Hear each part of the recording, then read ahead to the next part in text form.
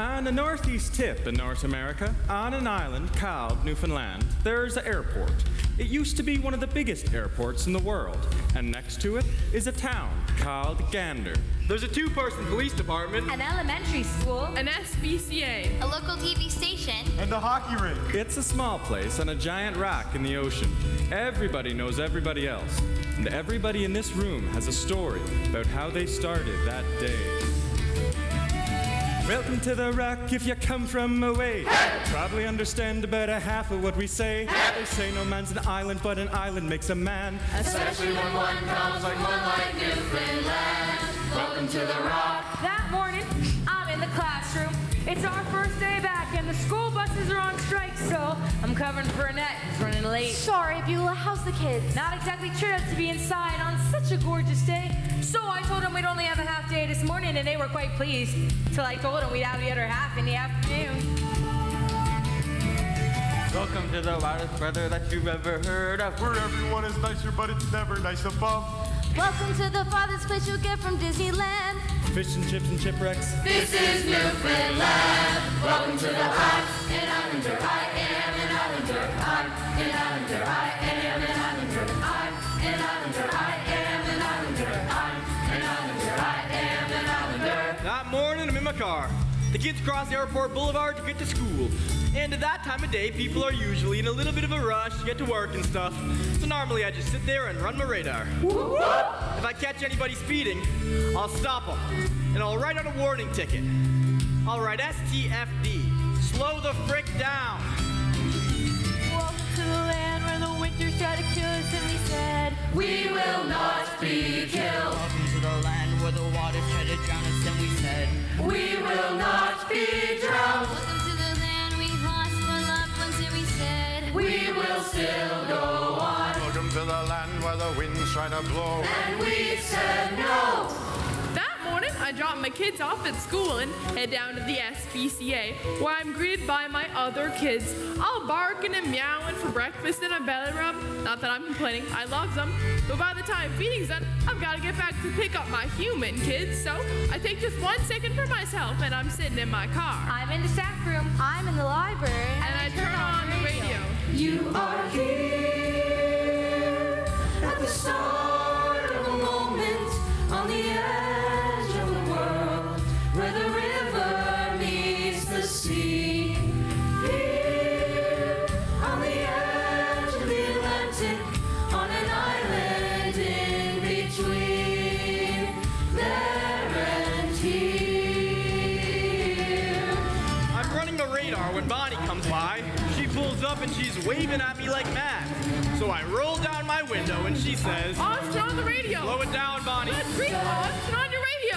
Where our story starts, it's my first day at the station. where we'll end the night, I'm getting coffee for the picket line. where we know by heart 5 minutes till my smoke break. every single flight. off to work at the airport. Welcome to the fog, welcome to the trees, to the ocean and the sky, and whatever's in between. To the ones who left, you're never truly gone. A candle's in the window and the kettle's always on. When the sun is coming up and the world is coming ashore, if you're hoping for a harbor, then you'll find an open door. To the winter from the water, to whatever's in the way, to the ones who have come from away. Welcome to the rock.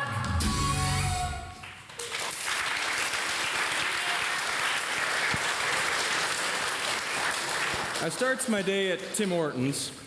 Don't drink coffee, don't drink tea, and I've no use for donuts. But I'll grab a Pepsi and get a lay of the land. As the mayor, it's how I keep in touch with the people and such. Everything starts and ends Tim Hortons. Morning, Garth. Morning, Claude. Morning, Crystal. Morning, Miss Mayor. Dwight. Morning, Claude. Morning, Crystal. Crystal, Claude, Dwight, Garth. Morning. Pepsi, Miss Mayor. That's right, Crystal. What's the news? School bus strike still on? Yeah, we're working it out. Well, we're coming to the table. We're coming to the table, too. They tearing down the airport? Not today. Heard Don Burton and the wife won the Super 7. You don't say.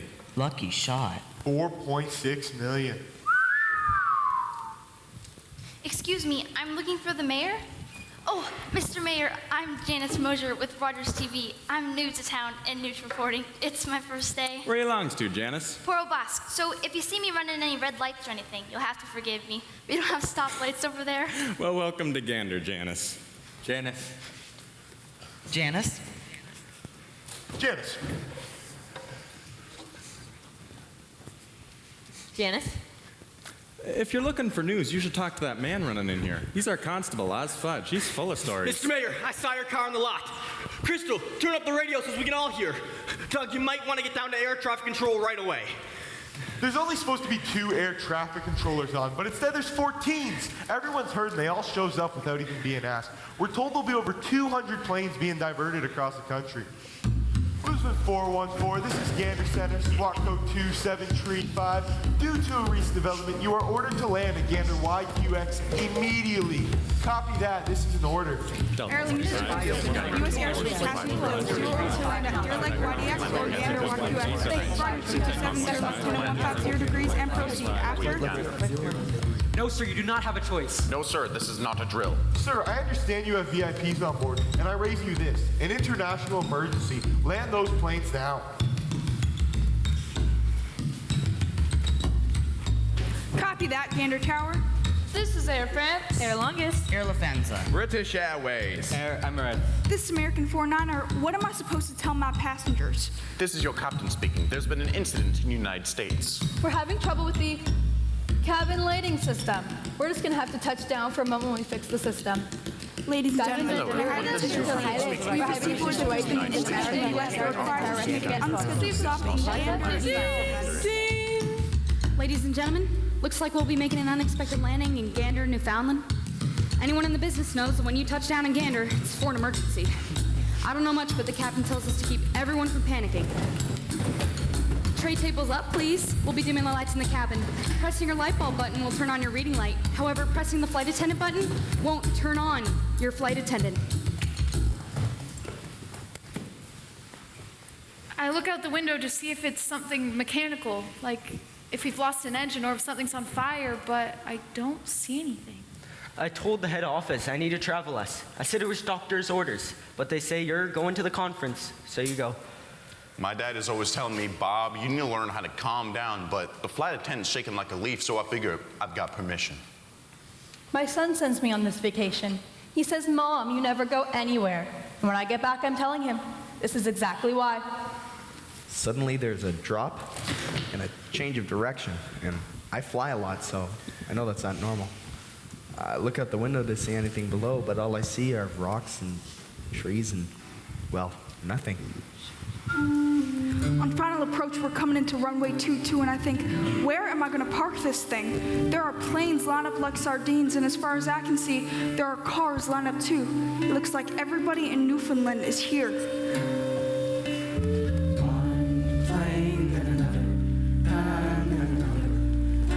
Is this thing on? Sorry, I'm new. This is Rogers TV Channel 9. I'm Janice Mosher, live at Gander Airport, where the 19th plane has just touched down.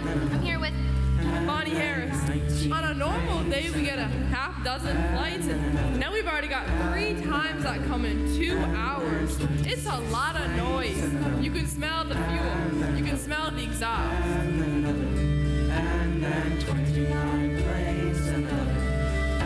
Mercy, that's a jumbo. There's got to be 250 and 300 on her. That's a fairly large one. There's got to be 200 on her. Now, I'm adding this up. You've got 38 planes, 230 people on average. Holy crap! Claude. Oi!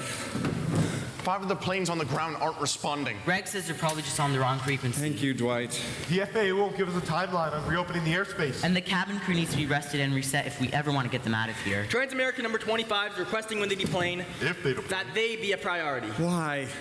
They were headed to Disney World with 90 Make-A-Wish kids. Oh, mercy. Even with all the hotels in town, we've got no room. We need to start looking at other towns. Appleton and Gambo have already offered, but we can't get them there. Garth's buses won't leave the picket line. Oh, for goodness sake, I'll tell them where to go. Oh, don't quote me on that. Got the SPCA lady on the line again asking about Tell animals. Bonnie, we got people to deal with. Claude, apparently those 5 planes that aren't responding, we're treating them as bomb threats. All right! The RCMP is going to handle it. We've got almost 7,000 people that might be spending the night. Mercy! That's near as many as we got living here in town. We need to house them somewhere. And we need to get them there. Don't look at me. Not to mention food and supplies and anything else that snarls up. Why are they sending them here? Why not Toronto or Ottawa? Yeah, Send them to Ottawa. If anything goes wrong, we have a lot less people to lose. All right, Janice Mosher, here's your news. Gander Town Council declares a state of emergency. 11:53 a.m. Tuesday. September 11, 2001. Any available community buildings will be converted into shelters, with thousands of passengers arriving at any minute. The town is asking for help. Well, anything you can do. Crystal, I saw on the news that they're looking for blankets and bedding and maybe some food. Do you know what they need? How much? I need something to do because I can't watch the news anymore. Can I help? Is there somebody to do something to keep me from thinking of all the scenes on the tube? No, I can't watch the news. No, I can't watch the news. No, I can't watch the news anymore. In the winter, from the water to the wind. If a stranger ends up at your door. You get on the horn? Hello, this is Beulah Davis down at the academy. I heard we might be getting some guests, and I thought I could see if I could help. Who's ever in charge of getting the school organized? How many passengers can we take? Oh, well, we've got about 400 students. Yes, we could probably do 600. Or sure, 700 if we really pack them in. When are they coming? Could be any time now. Well, I'm glad I phoned. I get a call from Beulah looking for anything 700 people from around the world might need. So I go down to Shoppers, and the manager said, just take what I want off the shelves. Toothbrushes, floss, mouthwash, deodorant. Then I'm back at the school when Beulah says, You know, those planes probably got some babies on them.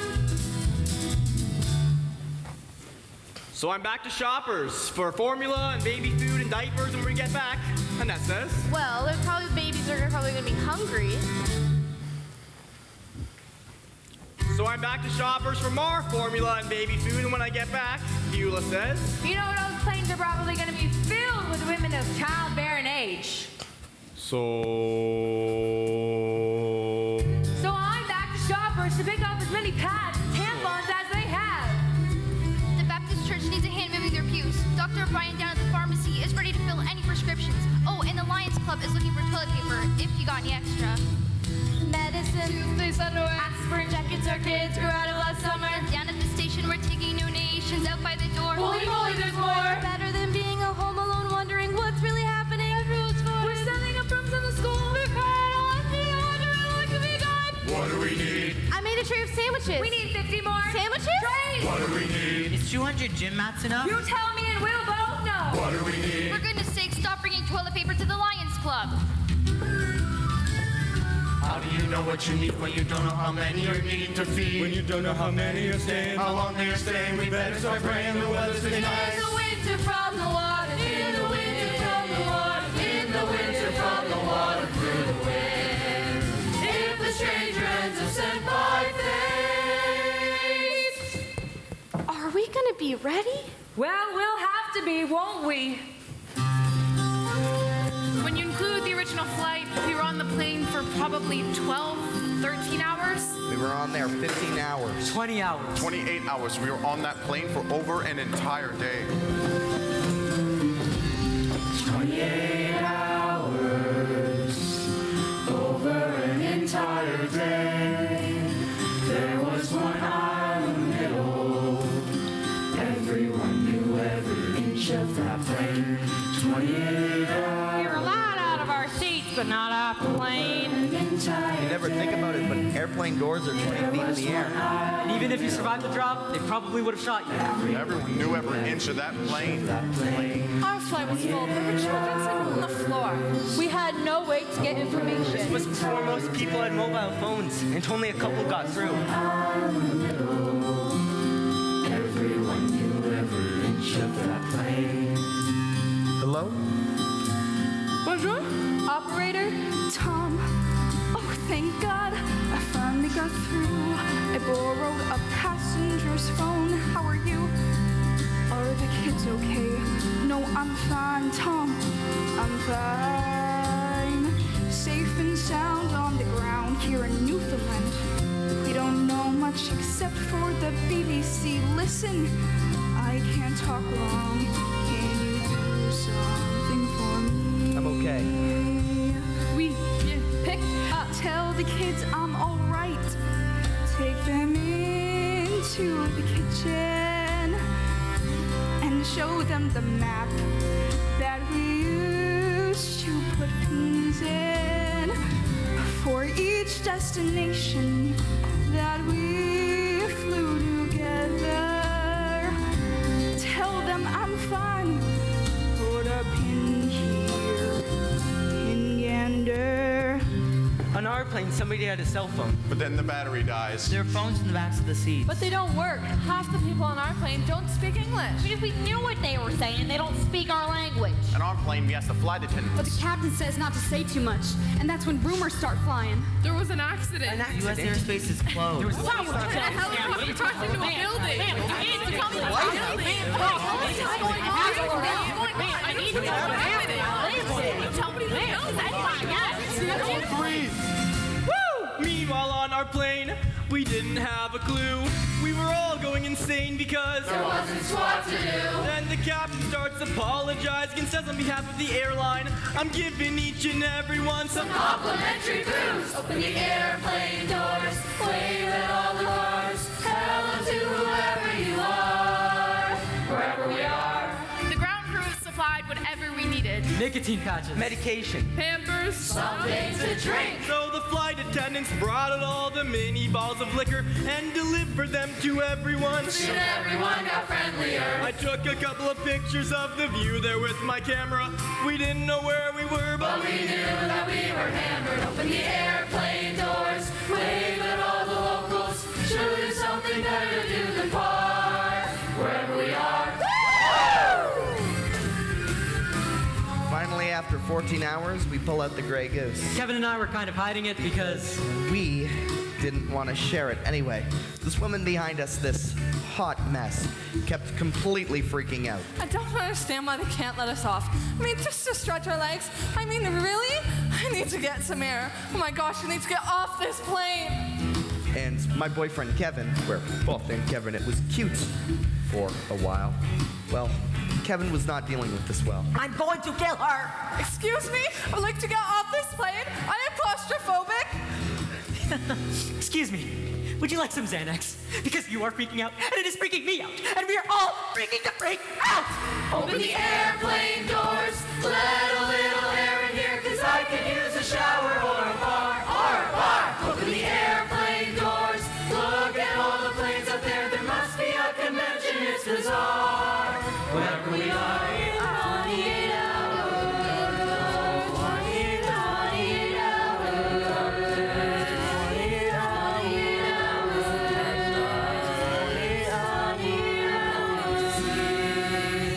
Hello, this is Bonnie Harris at the Gander SPCA. I went down with the rest of the town to take a look at all those planes, and well, I got to wondering if there weren't any animals on them. No, there are no animals on those planes. Okay then, thank you for your time. Doug, are there animals on those planes? Probably. Probably? Are they probably feeding them? I'm heading over. Bonnie, there's police, armed guards, the army, everywhere. Well, then they'll have to shoot me. Bonnie!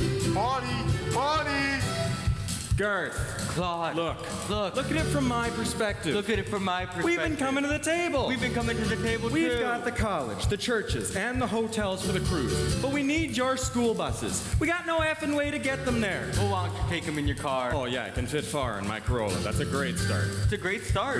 Great. Well, you think about it. You think about it. You think about it. You think about it. Mercy.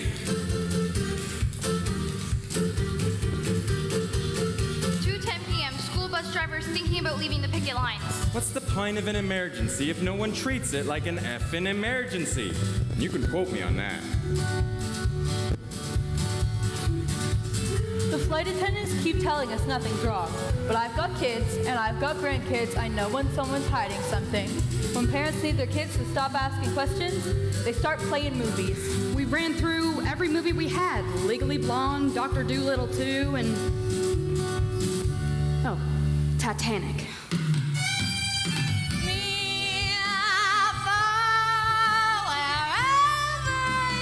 Nothing to do, nothing to see. Good thing we stopped at the duty free. Wherever we are. Excuse me. Do you mind if I sit here? I need to get some work done, and there's some drunk people at the back of the plane singing at the top of their lungs. Of course. I'm Diane. Nick, how are you doing? I'm worried about someone. He was flying today. I just wish there was some way to tell him where I am. Newfoundland. Oh, no, you know that, right? You just can't tell him. I'm hoping you're one of those people who laughs when English people say awkward things. I just wish we knew what was happening. What's happening? What's happening? Somewhere in between your life and your work, when the world may be falling apart, and you think I'm alone, and I'm so darn helpless. There's nothing left to do but pray. You open the airplane doors, flash all the cars. Woo! I've never done that before. 28 hours gone, over an entire day, running out of things to say, wondering if there's someone going to clue us in. Tell us all what's happening, because the sun is setting and we're sitting in the dark wherever we are. Later on that night, I'm up in the cockpit with a few other passengers when the pilot puts the radio over the intercom, and the whole plane goes silent as the president gives his speech. I ask the American people to join me in saying thanks for all those working hard to rescue our fellow citizens, and to say a prayer for the victims and their families. The resolve of our great nation is being tested, but make no mistake, we will show the world that we will pass this test. God bless. He got through to the airline. Tom, I'm okay. Tell me what's happening out there. How bad is it? Tell me everything. Tom, who was in the air? No, I wouldn't have known them. No one on that airline. Charles, are you sure?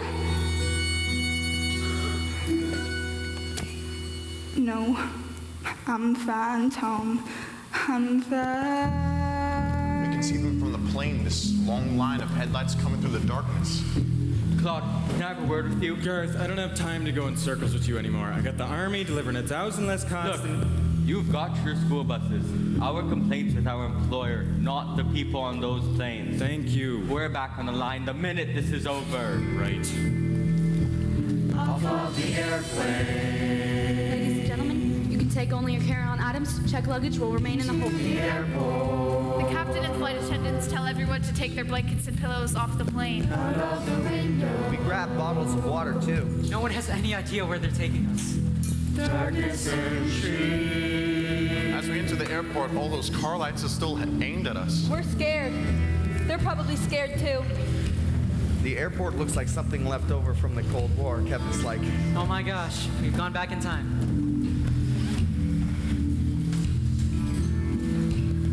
The whole procedure, the soldiers and all formalities, just makes me really nervous. Citizenship? American. British. Purpose of your trip? Vacation. Conference. Destination. Houston. Texas. Thank you. Citizenship? American. Purpose of your trip? Family. Business, just business. Destination? LA. Thank you. Come with me, sir.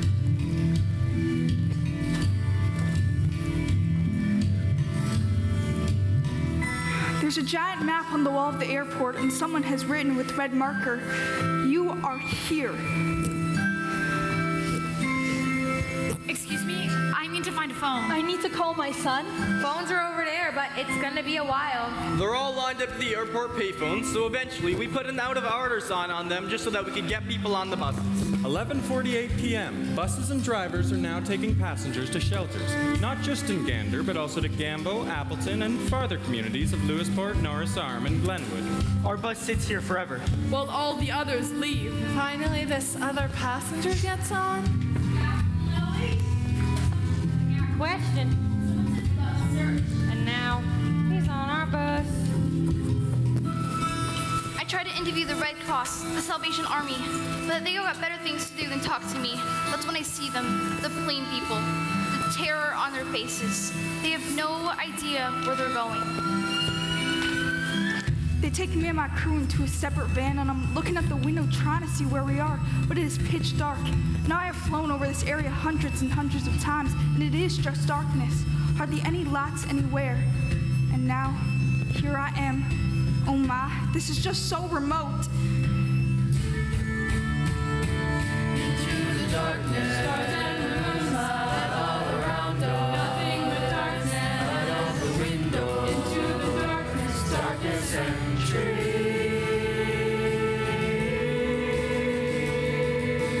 Every school bus we got is going back and forth all night. Out to Salvation Army camps, we've delivered passengers from Germany, England, and France. And around 3 in the morning, my bus is designated to take all of these African people out there.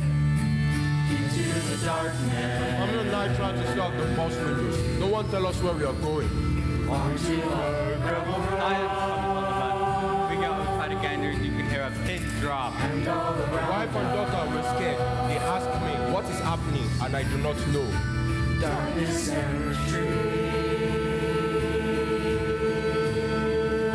Behind me, this big man comes up to me and says in this low voice, "What?" Ladies and gentlemen, we need some help translating. If anyone speaks Hindi, could you come to the cafeteria? And if anyone speaks German, could you come to the library? And if anyone speaks Newfoundlander, well, bless you bye. We've got passengers from all around the world coming off these buses, all speaking different languages. We can't even say hello. And if anyone speaks, we think it's Moldovan. Moldovan, yes. That would also be helpful. Other passengers are helping us translate. Mrs. Noonan, our French teacher, well, she speaks a little Russian, and Mr. Michaels, our gym teacher, well, apparently he speaks Spanish. Sí, hablo español y la lengua del amor. No solo soy un profesor de gimnasia, un profesor de pasión.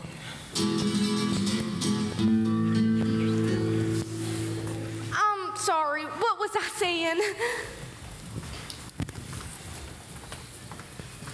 Barney, I said you got 5 minutes. There's hundreds of suitcases. I can hear them barking, but I can't find them. They fasten before flying, so they're starving, and they need water.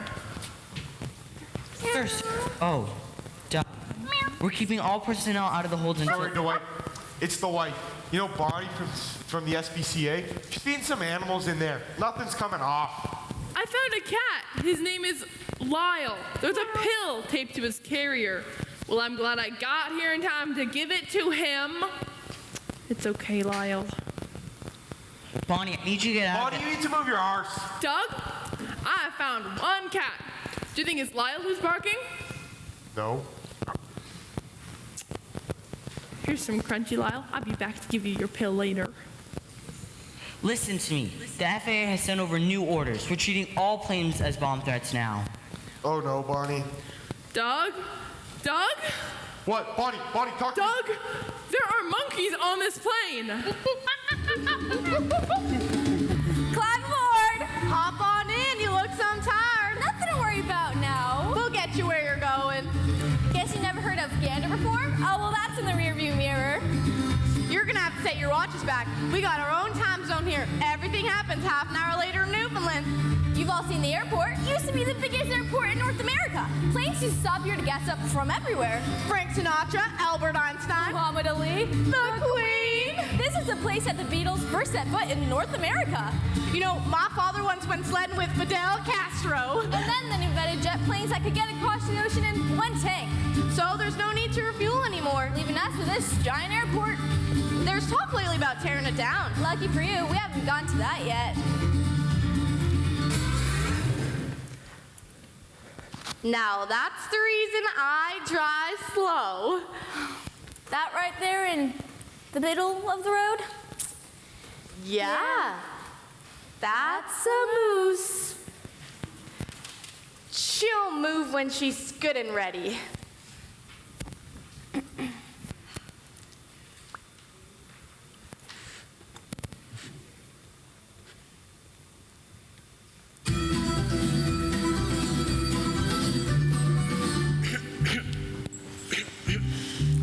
excuse me. Do you mind if I sit here? The drunk people from our plane are snoring back there. Hello, Nick. Please do.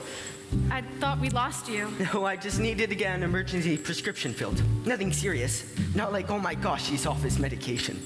I'll stop talking now. It's fine. It's heart medication. I've got a slight arrhythmia. There you go. Everything you need to know about me. Okay, well, I'm allergic to bananas and I've never had the chicken pox. Any news about your husband who is flying today? No. Do you mind if we just don't talk about that? I haven't been able to get to a phone. I'm sorry. I'll help you find a phone as soon as we get, well, wherever we're going. Finally, out of the darkness, my bus arrived to the Salvation Army camp. Pastoral landscape, the bus pushed us stop through the windows out there in the darkness. We see all those people coming out of the buildings.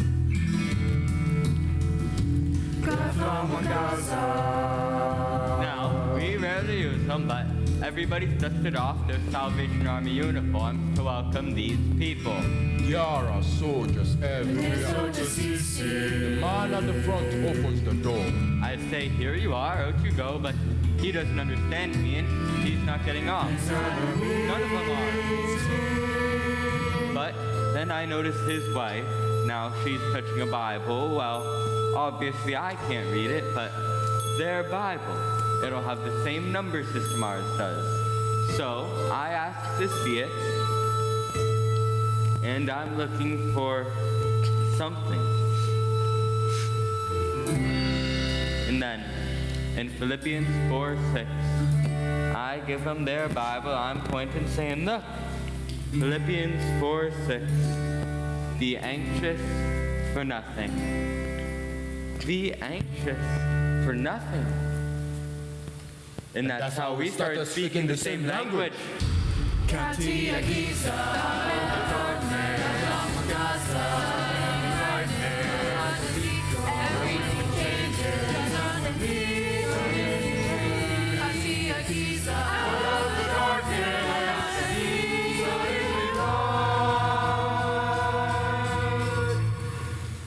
Welcome to Gander Academy, nicest hotel on the East Coast except for those with actual beds. My name's Beulah. Washrooms are just down the hall. There's food if you're hungry or clothes if you'd like to change. I'm going to show you to your rooms now. Let us know if there's anything else you need. So what really happened? Well, what's the last thing you heard? There was an accident in New York. Okay. I'm going to show you to your rooms now, and then if you want to come back later, we've got 2 TVs set up in the cafeteria with the news on so you can see what's actually happened for yourselves. I didn't even think. We hadn't seen any of it yet. Lead us out of the darkness. We're all staring at those images, and we just stand there helpless watching them. Lead us somewhere to safety. We barely know where we are, but we know it's not there. Lead us far from disaster. Charles Burlingham was the captain of Flight 77 that crashed into the Pentagon. I just saw him at a pub in London. You can't imagine. A pilot will fight to the ends of the earth to save his airplane. He just will.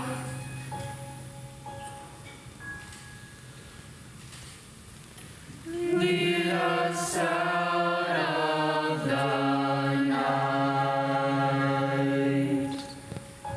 We watched those images for hours until someone finally turns them off.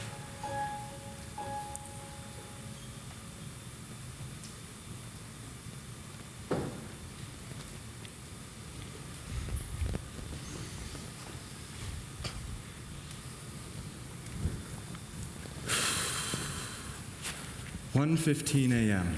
Wednesday. September 12th. Crisis counselors are called to Gander Academy. The plain people, they're exhausted, but they don't want to sleep, and we're standing there ready with all that food, but that's not what they wanted. They wanted phones. 1:45 a.m. 6 phones were put on tables for the plain people to use free of charge, lined up alongside the road by the Newtel building. An hour later, they set up 20 more phones. An hour after that, there's 75 phones and computers with internet, all being used around the clock.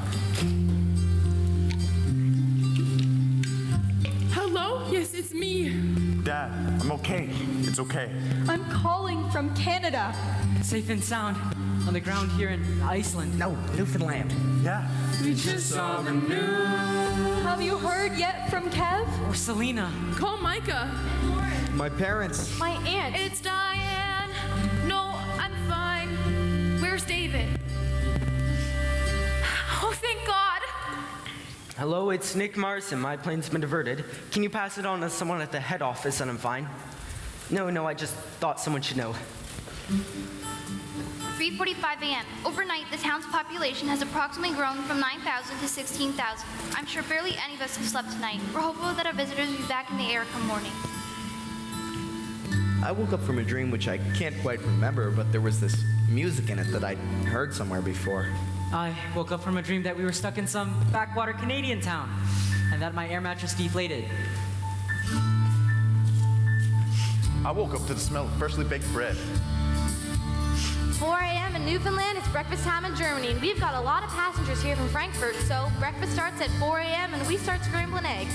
Poached eggs, scrambled eggs, omelets. Fried bologna. Something called 210s. I saw a casserole dish I don't think I could lift. They made enough food for over 7,000 people. It's like they never slept. There's this one man from the Middle East, well, we don't really know. Hasn't said a word to a soul, and some of the other passengers seem a bit wary of him. So it's a little odd to find him poking around in the kitchen. Hello. Oh, hello, how can I help you? I would like to help with the food. You see, that's not necessary. Really, No, you go out there and sit down. We've been going all night, but we can't stop. I splash some cold water on my face and just keep going. We've got 7,000 scared and angry people who don't want to be here. And they're about to wake up. In a crowded room filled with strangers sleeping. An airplane blanket and pillow on the floor. The sun comes streaming through the window and I can't sleep anymore. Staring at these strangers waking up around me. Sitting in a crowd of people waiting for a phone. In a town that suddenly doubled population, I feel so alone.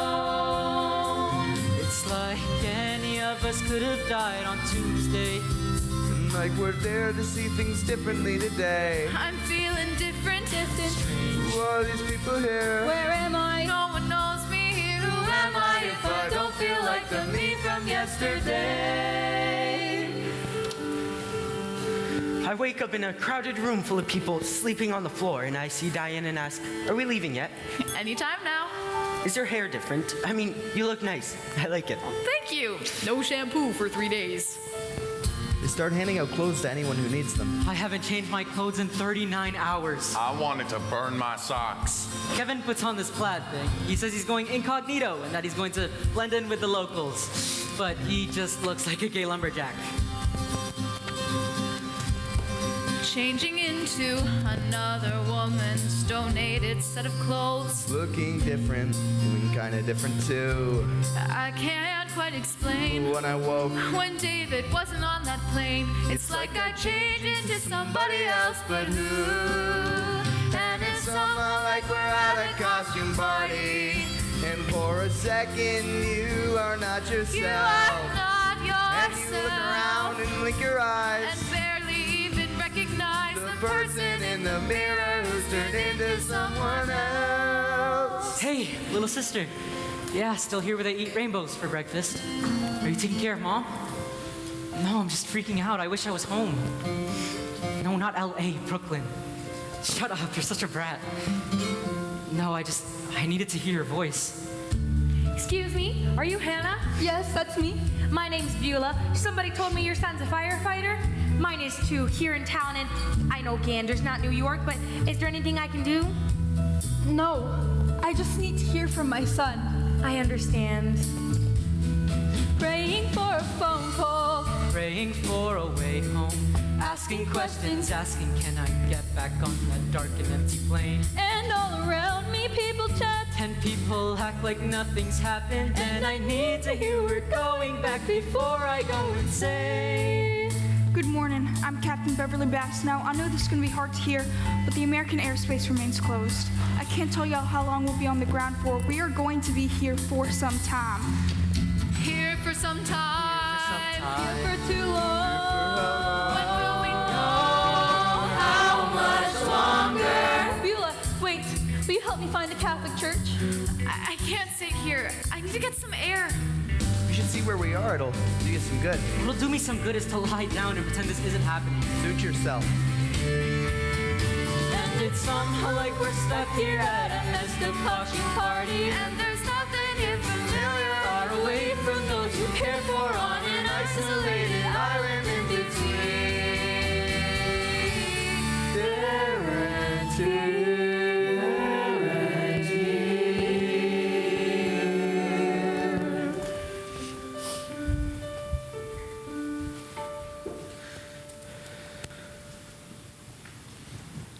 By the middle of the day on Wednesday, I'm recording menus for over 7,000 people.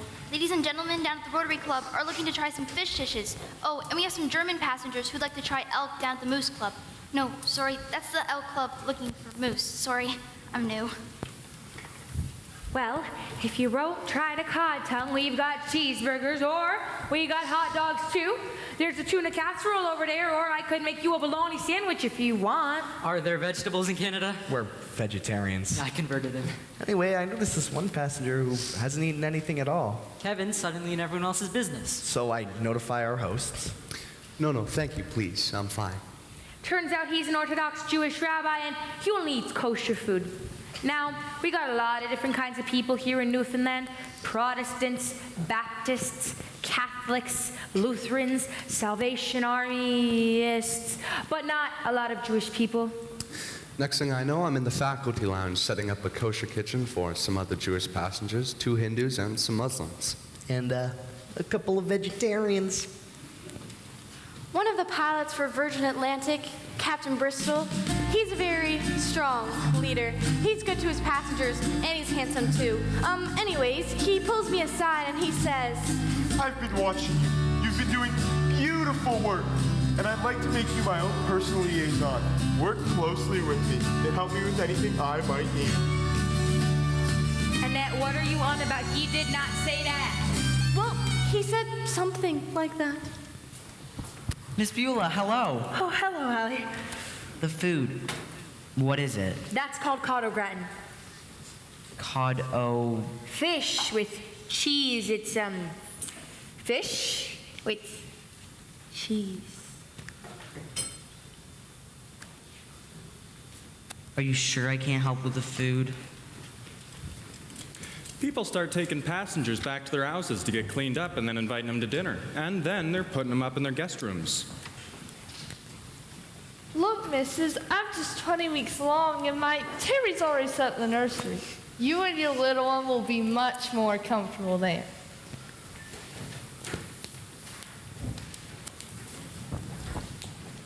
Thank you for shopping at Walmart. Would you like to have a shower at my place?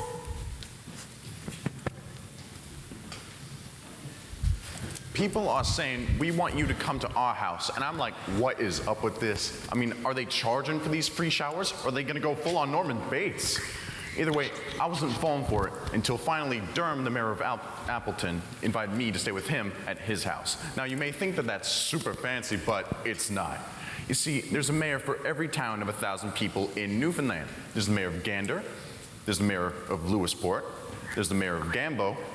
Either way, I'm staying with the mayor of Appleton. Come on in, my son. The Irish whiskey's in the bar downstairs. His wife shows me where my bedroom is, where the shower is, and throughout it all, I'm thinking, where am I gonna put my wallet? Someone is gonna steal my wallet. Someone says there's a way out of here. They say there's a boat. Kevin, we are on the other side of the continent. We're not taking a boat. So I stop an officer and ask him, How do I get back home? Yeah, how do we get out of here? You take a taxi to the Goose. There's a bus there to Porto Basque. Leaves once a day. Now, that's about 6 hours, and from there you can take a ferry across the Gulf, right? And that's another 8 hours or so, and then from there you should be able to catch another bus. Not sure how often they leave, but it's another 8 hours to Yarmouth, where you should be able to catch another ferry to the US border, which is another 4 hours or so. And then from Bar Harbor, you should be able to catch a Greyhound to wherever you need to be. It's about 2 or 3 days travel, but it's sure a nice view, eh?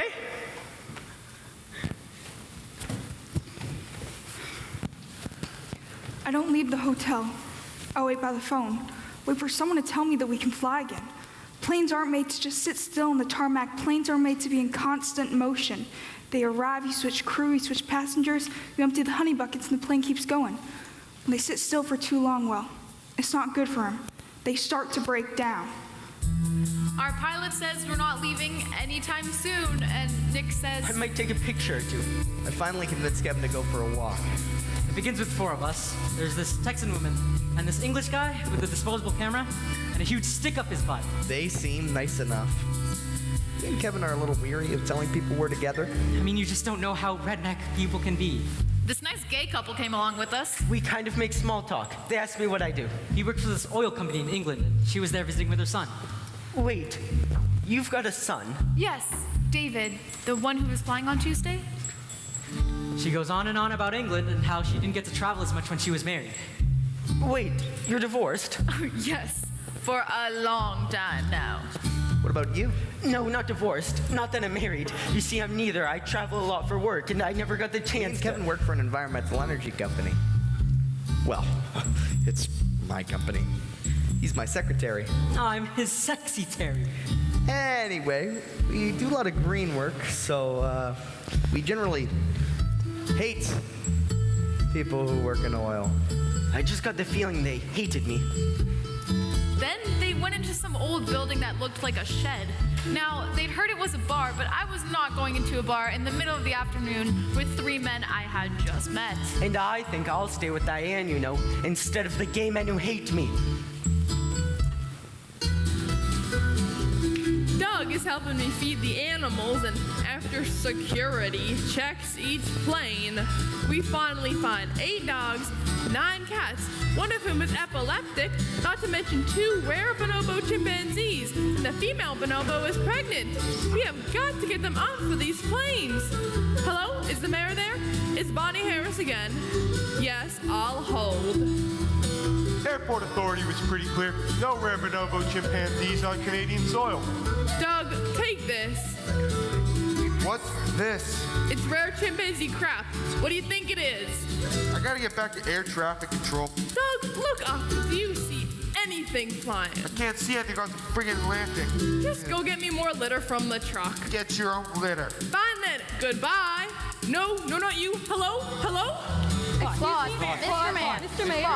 Listen, Mr. Mayor. Excuse me. Claude, Health Canada says all this food needs refrigeration, but we've got nowhere to store it. The shelters aren't equipped for this. We're getting 3 more truckloads tonight. Stop them. We've got nowhere to put it. Well, then what are we gonna feed people? Told that girl at Rogers at Rotary Hockey Boys and Girls Club everything Girl canceled at until further Rogers. notice. What do you mean Further notice? Oh, what is that? Everything Hold on. Did you just say hockey's canceled? 3:47 p.m. The town is asking that all bulk food deliveries be taken to Gainertown Hockey Rink. Since hockey's canceled, the mayor's now calling it. The world's largest walk-in refrigerator. It's hot outside, so we stay in the bar and make small talk with Matty, the owner, and his wife, Brenda. We're not sure how much to say. You just don't know where the red states are in a foreign country, right? But we'd been drinking all afternoon, and finally I say something like, me and Kevin have been together for almost 5 years now. In business. We've been together in business for 5 years. I'm his secretary. Secretary. It feels like the whole bar goes silent. And I'm like, oh gosh. And Maddie says, "You're gay." And I'm about to pass out. But then Maddie says, "Well, praise be to God, my daughter's gay." And then Brenda says, Sure. My sister's gay. And the neighbor across the street, well, She just ran off with her best friend. And then Brenda's brother says, Our uncle is 68 years old and he just told us he's a bisexual. we somehow ended up in the gayest town in Newfoundland. Me and Kevin are looking at each other like, I think I even say something like, there must be something in the water. And then Brenda's brother says, That's why I only drink the beer. Watching the news all day, people are starting to crack. So these people here, they decide to have this huge cookout to get our minds out of things. So Durham, the mayor of Appleton, he says to me, Right, my son, why don't you do me a favor and start to round up some grills? Round up some grills? Yeah, just go in people's yards and take their grill. Take their grill. Someone's gonna shoot me. No. Just go in people's yards and grab their grill. So I'm going from yard to yard, and I'm thinking someone is gonna shoot me in the back. Hello there. Is that my barbecue? This is your barbecue? Yeah, buddy. Listen, sir, I am so sorry. The wife's got a kettle on. You want a cuppa? I'm offered a cup of tea in every single backyard. Some of them even offer to help me steal their own barbecues. We bring them all over to the community center, no names on them. I don't even know how they get them back, but that's how we have this huge cookout, completely free. And after that, I stopped worrying so much about my wallet.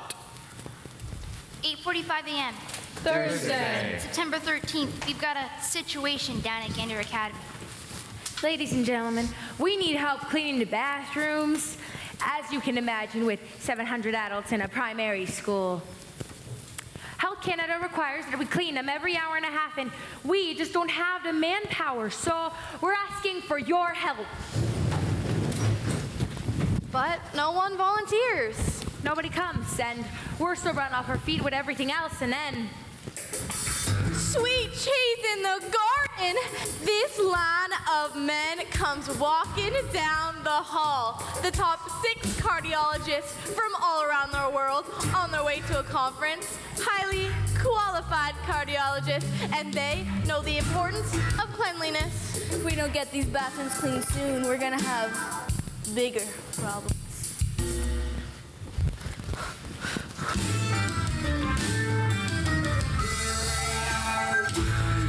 Anyway, I get lunch set up, labeling anything that'll go bad with a date and time. I let out one of the pants for one of the pilots who's been enjoying our cooking, make a balloon animal for a crying toddler, and then I check on Hannah, calling anybody she can reach. I am here on an island. Hello, it's me again. Yeah, my son. He's with Rescue 2. Any news? I am his mother. I'm far away, stuck here. I'm trying to find out if... Fine, I'll hold again. I should be down there and checking the hospitals, putting up signs, doing something. Instead, I am here in Canada. I am telling you, listen, my son, he takes risks. He's not missing. He's helping or hurt. He'll get out of this. Yes, I'll keep trying. And yes, here's the number. And yes, at the grade school in Gander, I'll be here. I should be there when it's over and done. When he comes through the door and says, I'm home, Mom. I should be there for my son, but instead I am here. I am She leaves message after message for her son until there's no more room on his answering machine. All I know is you are there. You are there. And I am here. She finally gets some news. They said it was Kev's day off, but someone else said there were more men down there than were scheduled. I should be looking for him. He's always there for me. Tells me stupid jokes. He loves jokes. Tells them to the kids at the firehouse while he fixes their bikes. I should be there. I know there's nothing I can say to make this better, but I do know a few jokes. There was a sailor stationed in the South Pacific, far away from his wife, whom he'd just married. And while he was away, he wrote her a letter saying, "We're going to be apart for some time, and this island's full of young, attractive local girls, and I need something to take my mind off them." So she sends him an accordion and says, "Well, why don't you learn to play this then?" So he comes back from his tour of duty and he says, "I can't wait to get you into bed." And she says, "First, let's see how well you play that accordion."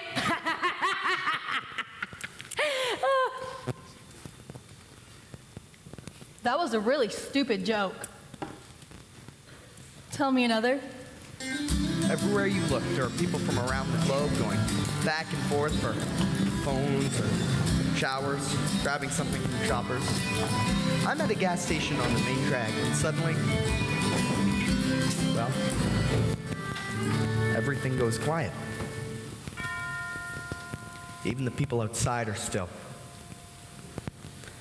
And it takes me a second, but I look up and realize it's a national moment of silence in America.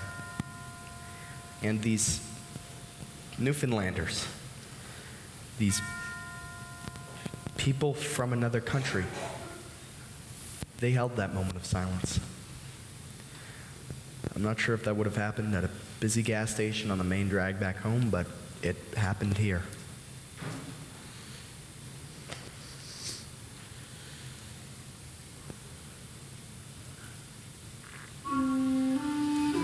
Beulah walks me to church, and when we get there, I light a candle for my son. And I do too. I finally realized what that music from my dream was. It was an old hymn from when I was a boy. Now, I haven't been to church in years, but for some reason, that song was in my head.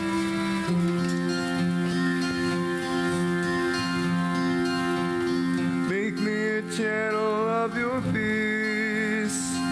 Where there is hatred, let me bring your love. Where there is injury, your pardon, Lord. And where there's doubt, true faith in you. Make me a channel of your peace. Where there's despair in life, let me bring hope. Where there is darkness, only light.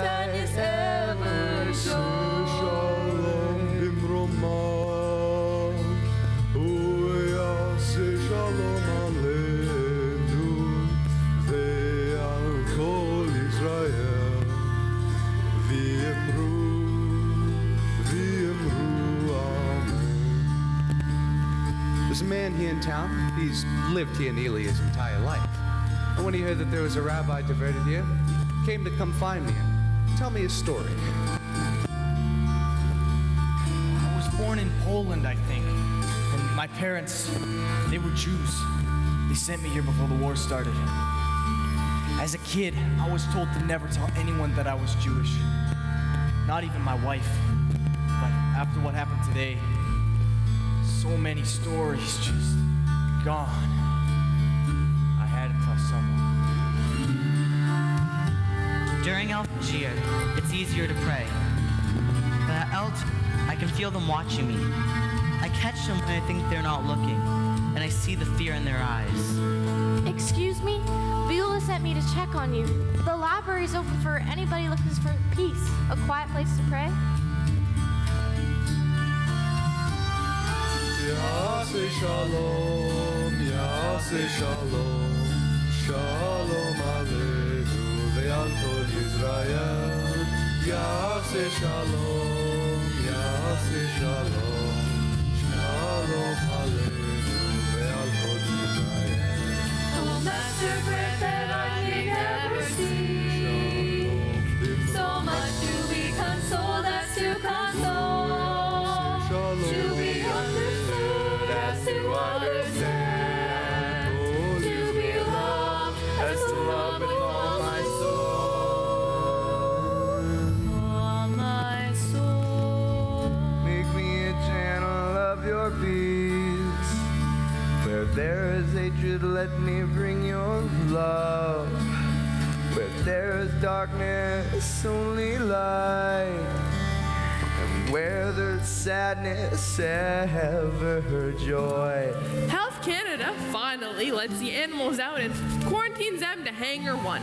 It's a big room with cats, cats and dogs and chimpanzees, and there's barking and meowing, and then the chimps start imitating the dogs, and they're barking too. And the phones are ringing off the hook with people who want to see their pets. But they're not allowed anywhere near the planes. And I'm worried about Unga, the pregnant bonobo. All animals are affected badly by stress, not just humans.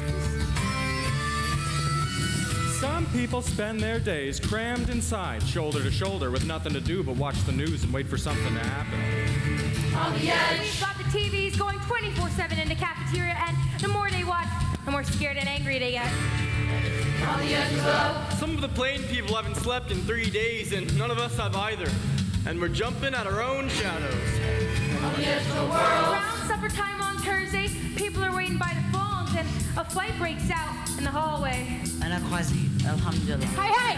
What the hell you saying? Excuse me? Are you celebrating this? Are you praying to your friends?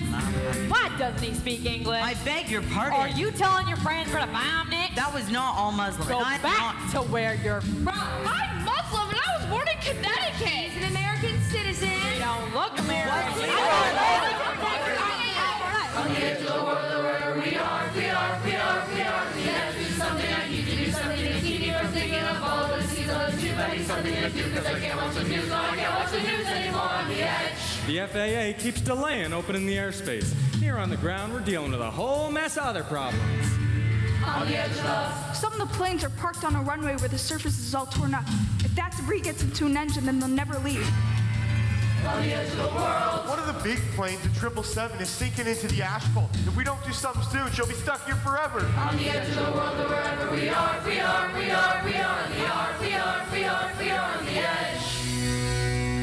I tried to interview a woman from Queens, a mother. Her son is a firefighter, and they still can't account for him. She starts crying, and I start crying too. I can't stop shaking. I don't know if I can do this anymore. I checked in with air traffic control again, and it's more bad news. Not only is the airspace still closed, but there's a storm headed for Newfoundland. Hurricane Aaron is making landfall by tomorrow or the day after. If we don't get these planes in the air soon, no one's going anywhere. Claude, people are starting to crack. Let's get everyone down to the Legion.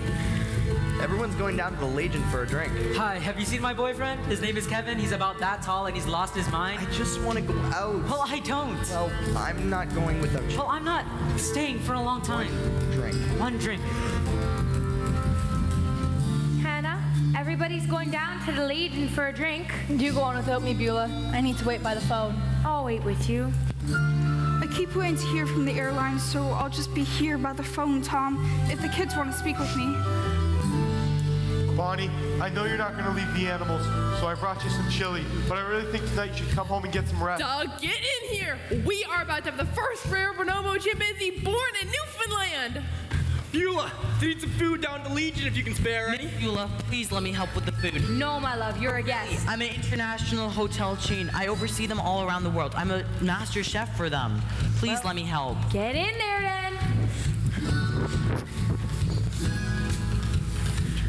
Everyone's going out to the bar, and Nick is going. I'm going if Diane is going. And I think nobody here knows me. I can be whoever I want to be. I'm not worried about my wallet. I'm not worried about barbecues. I am a little worried about how much Irish whiskey I'm drinking. By 8 o'clock, the bar is completely full with people from all around the world. Everyone's talking about what they've seen and where they're staying, and the bar staff keep making runs for more beer and liquor. After an hour, people are swimming in the river out back. And no one brought their swim trunks. Some of the local guys come up with their accordions and fiddles. Then someone brings out an ugly stick.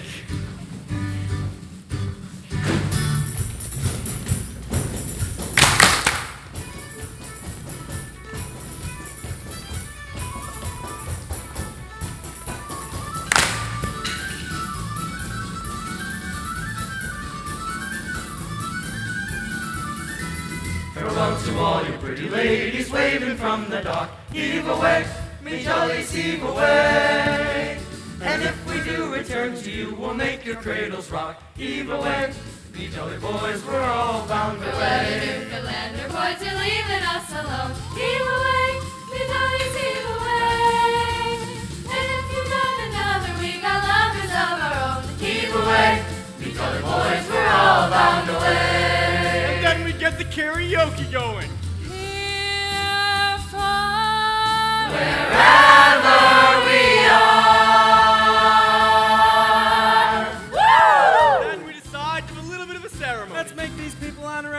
Newfoundlanders. Now, there's a solemn old tradition for admission or audition to transition from a come from away. To be a Newfoundlander. The only other way, at any rate, is to pass away and pray to fate and wait to reincarnate. As a Newfoundlander, hey, hey, come on inside. Nothing ventured, nothing tried. Only a couple people cried. And you'll be a Newfoundlander, hey, hey, sit down right here. You'll feel better in a year. Try to ignore your doubts and fears. And you'll be a Newfoundlander. Now we need a couple of volunteers. Who wants to become a Newfoundlander? Right here. Good man. Who else? I have no idea why I put my hand up and Kevin's like, Oh my gosh, you can't be serious. Oh, you're serious. yes, I'm serious. Don't do it if you don't want to. I won't. Oh, where are you from, buddy? Los Angeles. L.A. Who else? Us! Oh, no. We want to be Actually, I'm not sure. I don't like performing. All right, where are you folks from? Texas! Texas. What part of Texas you from, buddy? Oh. I'm from Texas. He's from England. Well, wait, now how does that work? How does what work? Well, how does your marriage work? With you being in England and her in Texas? Oh, no, we're not married. Oh, I'm sorry. I just assumed you were married. Well, would you like to be? Well, why not? Diane had had 2 beers by then, so it was probably the alcohol talking. I have never had more than 1 beer at a time before, so it's probably just the alcohol talking. I went and got us 2 more beers. Now, the first part is the easiest. We'll soon get to the queasiest. I'll need you to repeat this mess. When you become a Newfoundlander. Speaks a different language, son. We add some S's and some rum. You'll have to try a good cod tongue. When you become a Newfoundlander, hey, hey, just do your best. Nothing scary, nothing yet. Have to change the way you're dressed. And you'll be a Newfoundlander, hey, hey, sing along. Nothing ventured, just prolong. There's 30 verses in this song. And you'll be a Newfoundlander. Ladies and gentlemen, this is Screech. Back in World War II, an officer was stationed here and was offered some of this stuff. All the locals were tossing it back when Nar quivered, so he does too, and lets out an ear-piercing woo! Everybody comes to see what's happened and says, What was that ungodly screech? And now it's your turn. Are you ready? No, not Good. All together now. 1, 2, 3. Down the hatch. Screech is basically just bad Jamaican rum. Screech is horrific. Screech is delicious. And then they brought the cod. The cod. The cod. The cod. Now, with every transformation comes a tiny bit of risk. You've got to walk the plank, and there'll be blood or there'll be bliss. It's the same to be a Newfoundlander. Every person's wish, so don't be dumb. Just take the plunge and go on. Kiss the fish. Ladies and gentlemen, this is a genuine, freshly caught Newfoundland cod. And if you want to become an honorary Newfoundlander, you'll have to give her a smooch. If you kiss that, I'll never kiss you again. I'll risk it. 2. I am not kissing a fish. Come on. I will if you will. Oh my gosh, fine. 3. I can't do it. What? I just did. I gotta kiss the cod. It's a vital part of the ceremony. No, I can't do it. All right, I'll make you a deal. Either you kiss this fish, or else you kiss this Englishman that you're now married to. Wait, Okay. what?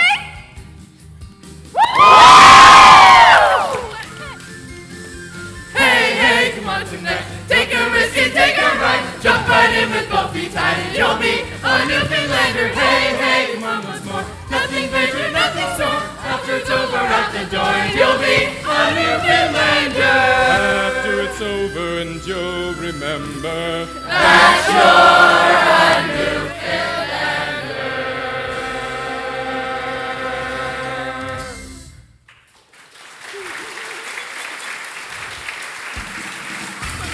Good job, L.A. Good night now. Kevin. Where'd you go, Kevin?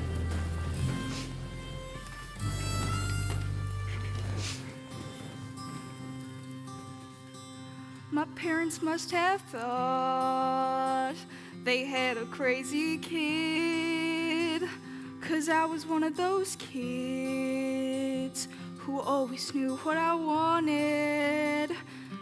They took me down to the airport to see all the planes departing, watching them fly. Something inside of me was starting. I was 8 when I told them that I'd be a pilot.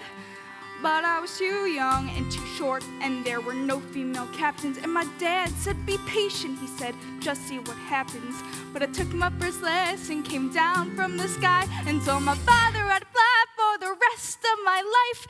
And I got my first job flying for a mortician in a tiny bonanza, just a corpse and me. $5 an hour for flying dead bodies. I had to climb over their faces just to get to my seat.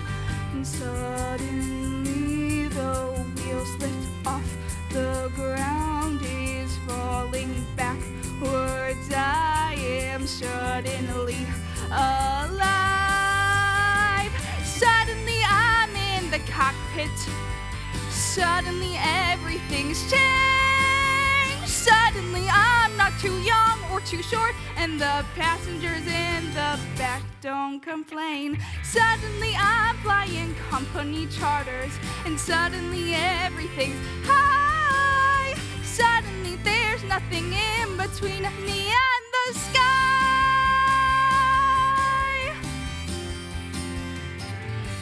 American Airlines had the prettiest planes, so I applied as a flight engineer. But the World War II pilots, well, they all complain.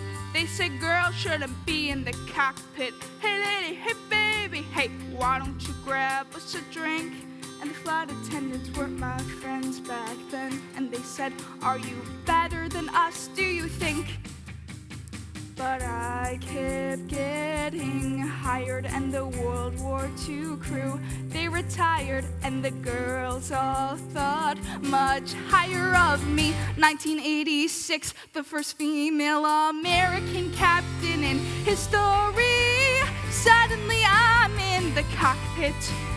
Suddenly I've got my wings. Suddenly all of those pilots protested me, well, they can get their own drinks. Suddenly there's no one saying stay grounded, looking down, passing them by. Suddenly there's nothing in between me and the sky. Suddenly I've got an all-female crew. The news caught and made headlines across the world. Suddenly it stopped. No one's saying you can't, or you won't, or you know you're not anything 'cause you're a girl. Suddenly I'm getting married, and we're putting pins on the map where we've flown. Suddenly I am a mother, and suddenly shocked at how much they've grown. Suddenly I'm wondering how my parents would feel seeing me teaching men to be pilots. 'Cause suddenly I am a senior instructor, and somehow I'm 51. Suddenly I'm flying Paris to Dallas, across the Atlantic and feeling calm, when suddenly someone on air-to-air traffic says at 8:46 there's been a terrorist action, and the one thing I loved more than anything was used as the bomb. Suddenly I'm in a hotel. Suddenly something has died. Suddenly there's something in between me and the...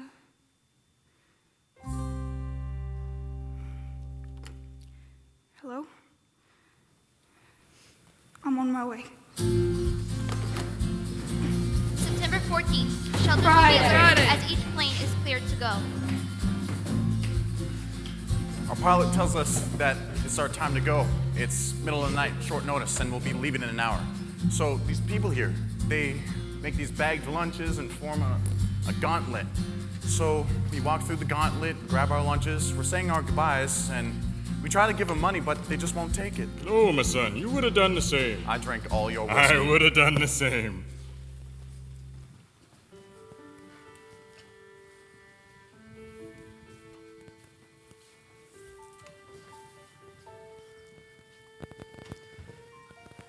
Good morning. You were snoring. My head hurts. You had a couple. Did I kiss the fish? Don't you Yes, you did. Oh, good. Wait. We're running out of time. Our plane could be the next one to go. Our plane could be the next one to leave. Are you still upset that I kissed the fish? No, I'm upset that I left the barn. You didn't even notice. Left without telling me. After everything that's happened. You're out there acting like it's okay, and it's not okay. I know, but you can't just expect me to shut myself in. Let's just get back to L.A. While you're in Dallas, I'd love to have you over. I tried to change my flight to New York. They wouldn't do it. My conference was canceled, so I head back to London immediately. I don't understand. Why would you... I just need to be back home. Back home. Back home. Back home. Well, all good things, right?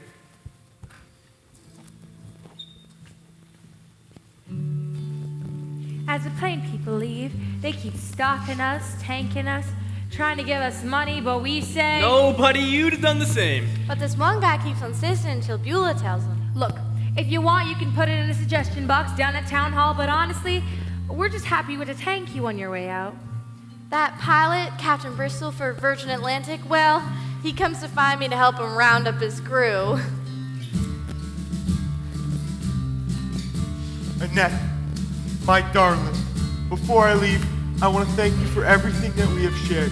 Though I travel home today, I leave my heart behind. Annette, for the last time... Don't! Blah, blah, blah, blah. Goodbye now. Bye now. As we enter the airport, it's absolute chaos. People being dropped off from multiple different flights, and every bag has to be checked. No skizzers, no nail clippers. If any bags are left unidentified, they'll be blown up. And then someone says there's a problem with security. One of my flight attendants comes to find me. She says, There's a Muslim man on our flight. I saw him praying. He's been acting suspicious. He doesn't have a carry-on. I'm not getting back on that plane with him. I arrive at the airport, and I'm immediately pulled out of line. now I'm responsible for the safety of my crew and my passengers, and security tells me that all perceived threats must be taken extremely seriously. They bring me into a private room and he's brought in for questioning. At first I don't understand, and then I do. In my language, there's a word, ahra. It means a space in between a man's stomach and his knees. It is believed that no one, except for that man's wife, should see it. And to have a woman in the room, watching this, watching me. You don't understand? It is one of the most thorough body searches I have ever witnessed. And when it's over, I find him and I say, I am so very sorry that happened. Am I free to go now?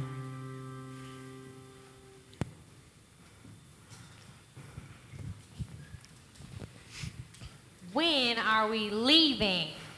Good morning. We are one of the first lots to leave, which makes us one of the lucky ones, as some planes may still be here for some time.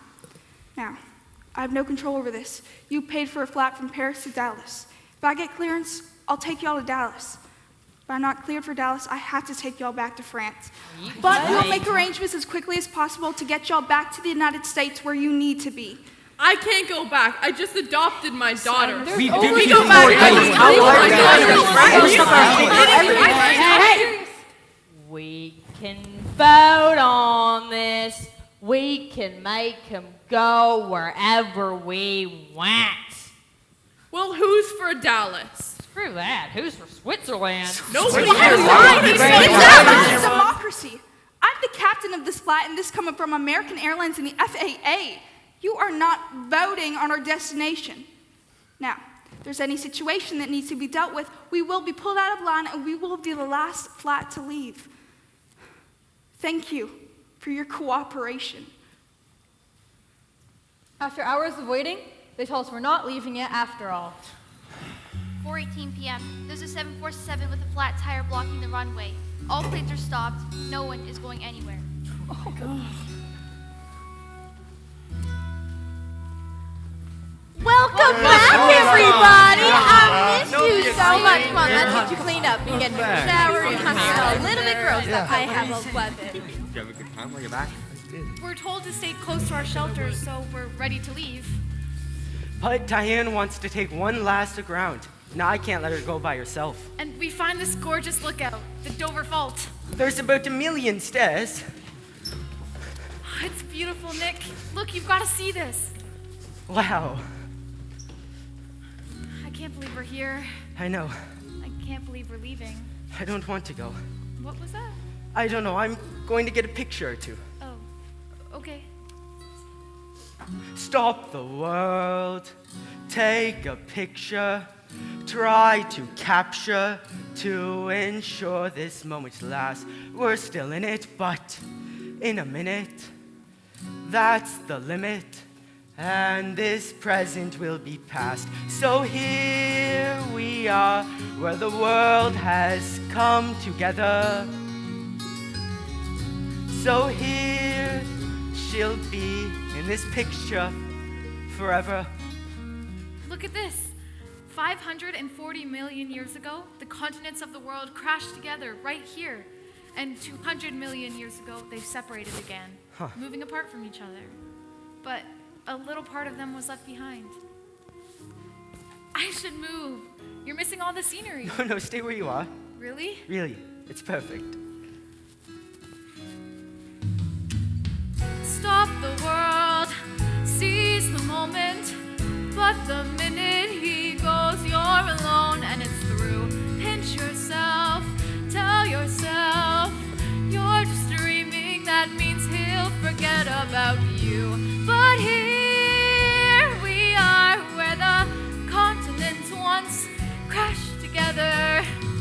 Before they went their separate ways forever. So stop the world. Stop the world. Stop the world. Stop the world. Stop the world from spinning round. I'm on a lookout, overlooking something worth taking the time to stop flying by and look down. Stop being scared and look round. Just tell her now and look now. Take a picture of the scenery, of a lookout, of a moment which is over, of the ocean, of the river, of the trees.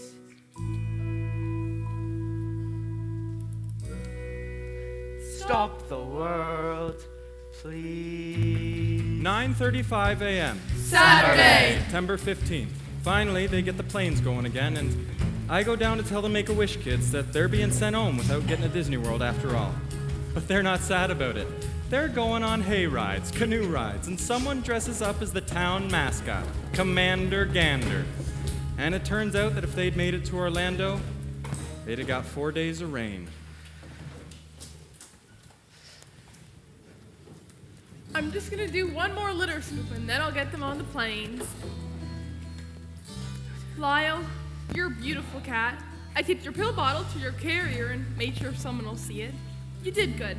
You're gonna be fine. Ralph, you're a good Cocker Spaniel. I know the night security crew ran you a bit ragged, so make sure to get some sleep on the plane, okay? Okay. Unga, I've never met a rare bonobo chimpanzee before. We don't get many of them down here in Newfoundland, and since your partner there likes to throw his own feces, I'm gonna say that you are my favorite rare bonobo chimpanzee. And I'm sorry. I'm sorry that you lost your baby. I've got 3 of them myself, and sometimes they're just more trouble than they're worth. Anyways, you're gonna be okay. The winds start to pick up. 50-mile-an-hour winds. We've been here too long. We're still on the ground and there's a hurricane coming. I'm thinking, we're running out of time. We have to leave. We have to leave now. One plane, then another, and then 9 planes, then another, and then 13 planes, and 19 planes, and 22, 24, 29, 32, 38, 38, 38, 38, 38 planes. Look out the windows. Underneath all that rain is Maine. We've just crossed the Canadian border. Welcome back to the U.S. Looking out the window at the world underneath. And though he's here next to me, in a second he'll go. Looking out the window. Kevin, talk to me, please. And out the window we see A place we all know below. This thing on? Okay, it's on. Hello everyone, hi, like most everyone. I'm sorry saying goodbye, so I wanted to thank them for all that they did. So I'm doing just that, and I'm passing a hat for the people who gave up their time and they gave up their town. So let's give them a scholarship, pass the hat down, 'cause Somewhere in the middle of nowhere, in the middle of who knows where, there you'll find something in the middle of nowhere, in the middle of clear blue air. You found your heart but left a part of you behind. Nick and I sit together and I just want to say something, but we're leaving and it's over. And then she starts crying, and I don't know what to say, so I just put my arm around her and go to kiss her on the forehead to comfort her. And, well, there was some turbulence, and honestly, I just thought he missed, so I... Ladies and gentlemen, if you look out your window, you won't want to miss this. We just entered Texas. Somewhere in the middle of nowhere, in the middle of who knows, there you'll find something in the middle of nowhere, in the middle of clear blue air. You found your heart but left a part of you behind. Everyone's drinking and comparing stories. What'd you do? But mostly, Nick and I spent the plane ride home canoodling in the back. At one point, the flight attendant comes around saying, Hot towel? Hot towel? Cold towel? Somewhere in between the place of life and work and where you're going, something makes you stop and notice that you're finally in the moment. Somewhere in the middle of nowhere, in the middle of who knows where, there you'll find something in the middle of nowhere, in the middle of clear blue air. You found your heart but left a part of you behind. Put your seat backs and tray tables up. Right below us is the city where I grew up. Coming around past the field, then the wheels touch the ground. Taxi, we're all cheer when we're done. Thinking everyone, thank you for flying American. Hugging the hug and my crew, 'cause we're home again. Past the gate, up the stairs, and we're there. And he's waiting.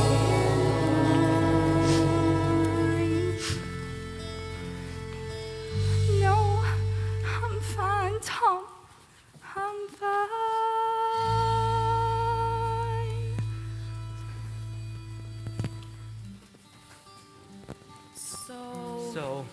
So you'll call? as soon as I get back. And then she left. And then I was alone.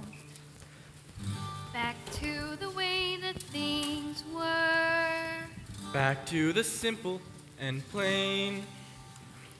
5 days the weather had been so nice. But as I boarded, it started to rain.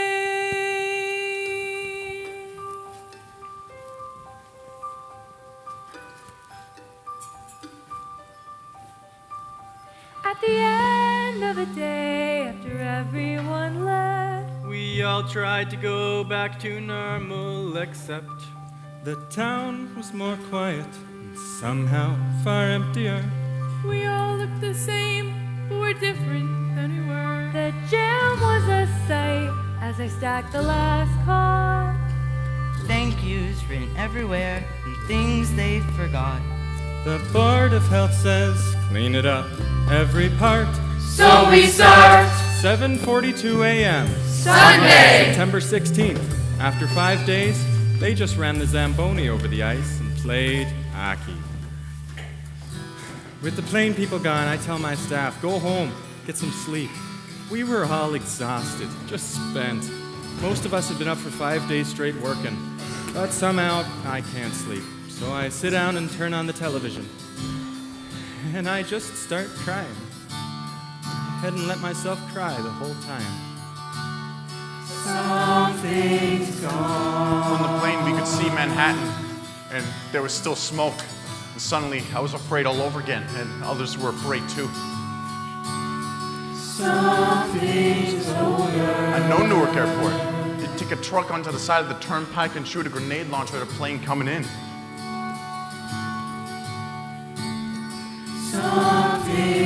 Nothing happens. I drive Kevin home. We don't talk much. Something's missing. I go straight to his firehouse. Part of me wondered if they just weren't telling me, but they still don't know. Something's changed. My flat's the same as I left it, but emptier, quieter. I start to unpack. I find the camera. Something's rearranged. On the way to my restaurant, I drop my daughter off at school. She won't go in. She says she's scared. What do I tell her? Something's strange. I get back to my dad's house and look at this view I looked at my whole life. A part of it, something's missing. Something's missing. Kevin breaks up with me and quits his job and moves back to New York. And I miss him. I miss his jokes. Something's wrong. Nick and I call each other when we can, but it's awful. The only reason we met was because this terrible thing happened. Something's wrong. When I get down to ground zero, it's like the end of the world. It's literally still burning. Something's not. My dad asks, were you okay where you were stranded? How do I tell him? I was so much better. Something's missing.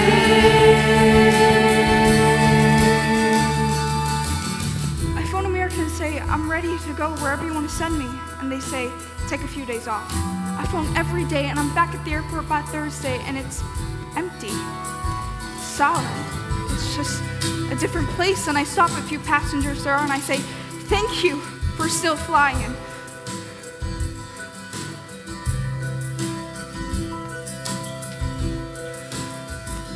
Hello, you've reached Gander Academy.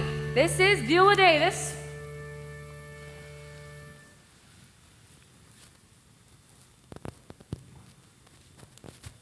He's gone.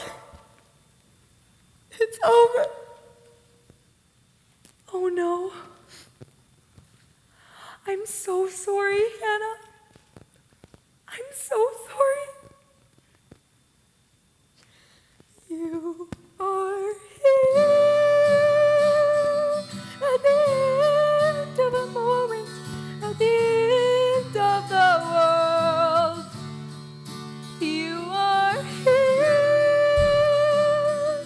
at the edge of the ocean, where the story ends, where the river meets the sea. Across the Atlantic.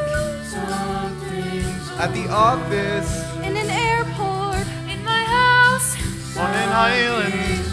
Classroom. At the station.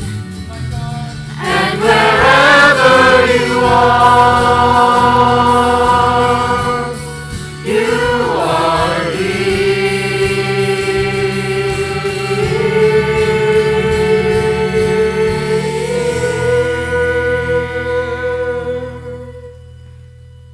When Gandertown Council declares a state of emergency over, everything in town goes back to normal. Garth, God. look Look at it from my perspective. Look at it from my perspective. We've been coming to the table. We've been coming to the table too. Mercy. Morning, Crystal. Morning, Miss Muir. Pepsi? That's right. Morning, Dwight. Morning. Morning, Crystal. Crystal, Claude, Dwight, Garth, morning. Morning, Vice. Morning, Janice. Janice. Janice. Janice. Janice? What's the news? Strike still on? Well, we're coming to the table. We're coming to the table, too. They turned down the airport? Not today. Mr. Mayor, I saw your car in the lot. You might want to get down to Town Hall. They just opened the suggestion box. When the bank finally converted all the currency from around the world, people had donated over $60,000. Every day for months, passengers sent back chocolates, flowers, Donations of all kinds. Postcards and letters came in from everywhere. Dear Miss Beulah, when my daughter asks what happened to me over those 5 days, I tell her about your kindness. Sincerely, Ali. P.S. Please send the recipe for fish and cheese. Ralph, the Cocker Spaniel, went on to become a champion show dog. And Unga, the rare bonobo chimpanzee, arrived safely at the Columbus Zoo. And soon after, she had a baby, which they named Gander. Oprah Winfrey phoned me. Oprah Winfrey. She was doing a documentary, and since I was the only reporter in town, I was the only one with any footage. Oprah Winfrey. It was a big break, but I didn't really like shoving microphones into people's faces when they were going through so much. So I stayed here in Gander, and I'm still here today on the 10th anniversary. I'm reporting live from Newfoundland for the BBC. CBC. CTV. Al Jazeera. For Rogers TV, I'm Janice Mosier on September 11th. 2011. The town is again filled with people as we welcome back the plain people that come from a ways. 1, 2. 1, 2, 3, 4. Welcome to the friends who have come from away. Welcome to the locals who have always said they'd stay. You're coming from Toledo or you're coming from Taipei, because we come from everywhere. We all come from away. Welcome to the I'm an Islander. I am an Islander. I'm an Islander. I am an Islander. I'm an Islander. I am an Islander. I'm an Islander. I am an Islander. Welcome to our island with its inlets and its bays. You can keep on heading east, but there's an ocean in the way. Where everything is meant to be, but nothing goes as planned. And the drunkest fellas in the room are playing in the band. Welcome to the Rock. With all the new security, kids aren't even allowed up in the cockpit anymore. Of course, on my retirement flight, I bring my whole family up to the cockpit on our way back to Gander. I came back with the scholarship money we raised, now worth over $1 million. I bring out the Irish whiskey and we have ourselves a toast.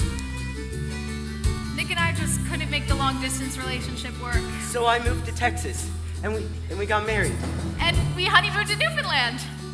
This is my new secretary, Robin. What up? Every year on September 11th, I close my office and give each employee $100 to do random good deeds.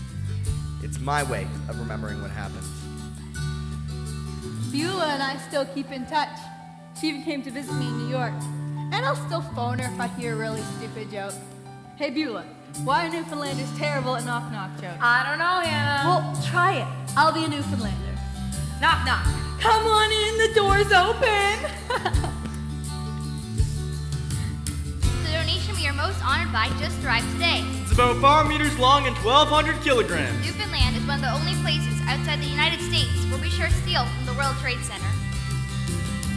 On the northeast tip of North America, on an island called Newfoundland, there's an airport, and next to it is a town called Gander. Tonight, we honor what was lost, but we also commemorate what we found. You are here at the start of a moment on the edge of the world where the river meets the sea. Here on the edge of the Atlantic, on an island in between there and here.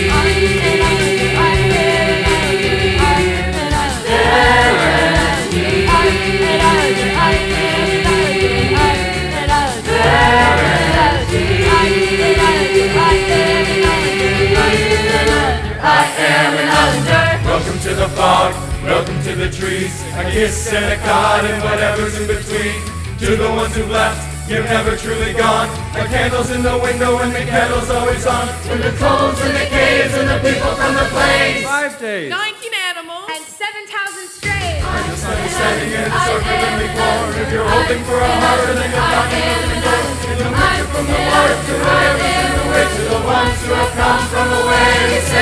welcome to the rock.